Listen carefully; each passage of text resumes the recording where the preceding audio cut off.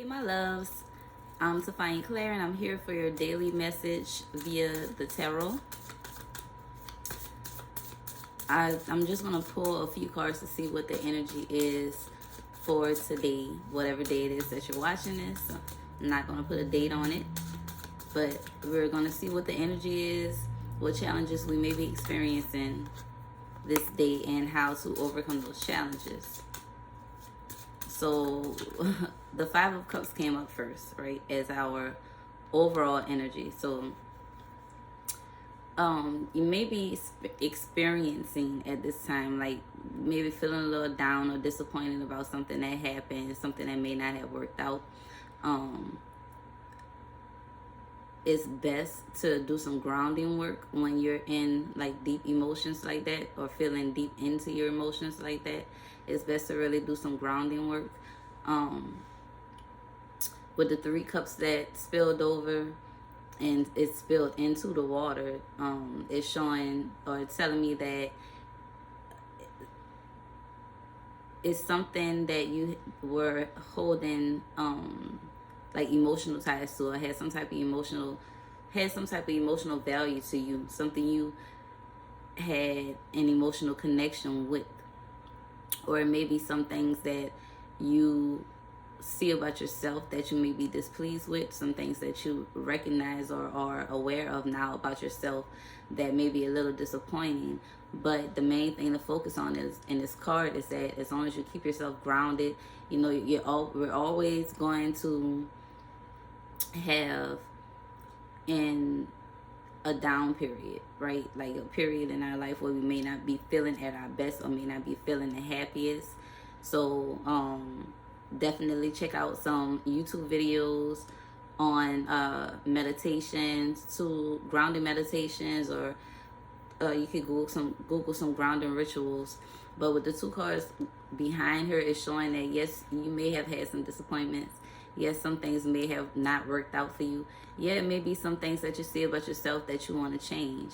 But the good thing is that you do have two cups behind you. So as soon as you let this go and leave this alone and turn around to go on about your business, you're going to see that you still have things to be grateful for. There are still things that are great about you that you can work with.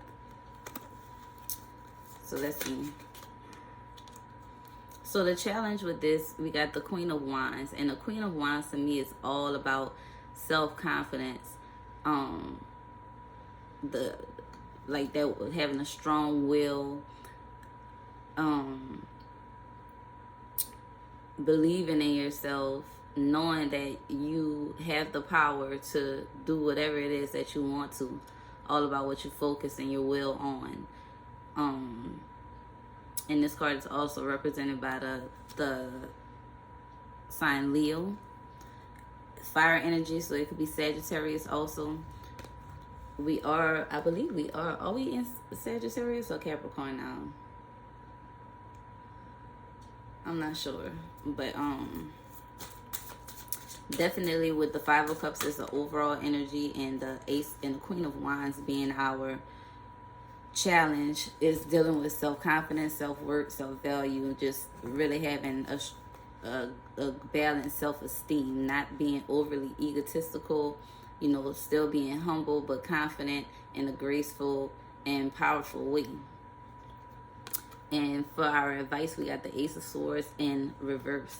And I automatically heard when pulling this card, don't overthink things. Stop overthinking things, okay? Just because you don't see a change at the moment doesn't mean that there isn't one happening. You know, it may take a while, it may take a couple of months for you to get the clarity that you really need. But don't overthink things, because when we overthink, we tend to make rash decisions.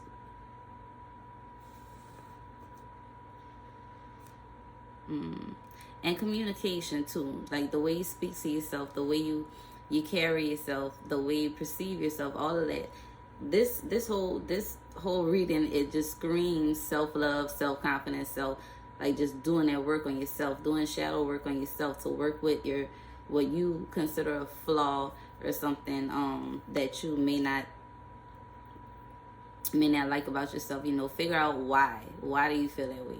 For one, meditate on why do you feel that way, and meditate on what you can do to change that. But the best thing right now to shift that energy for you is just to really do some affirmations, do some mirror magic, like get in front of the mirror, say your affirmations, look at yourself, tell yourself I'm beautiful, I'm confident, and let go, like go about your day after that, and just allow all these ingredients that you're putting into yourself with the self-love talk, the affirmations, the meditations, the working out, or whatever ingredients you're putting in, let all that marinate. You know, when you're cooking, you don't just throw everything in the pot and then turn the fire off. You put everything in the pot, add your seasonings and whatever it is that you want in there, and you let it marinate for a while. And that's basically what's happening. So Spirit is saying for you to stop overthinking things. And I'm gonna pull, that was the Modern Witch Tarot deck that I was using. Now I'm about to pull a card from the Afro Goddess Oracle.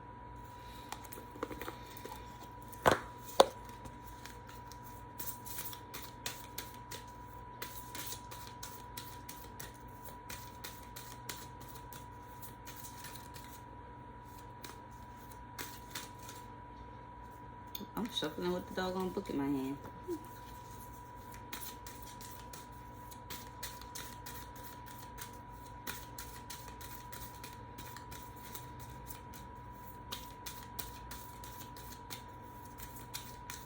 Message just for a little bit more clarity on this. We got the fish and clouds underneath. I never got clouds before. Let's see what that's about. Clouds is number 6, number of harmony, number of balance, humanitarian, or charity, like charitable work. So the cloud says, sometimes, no matter how hard you try, you just can't see through the clouded vision.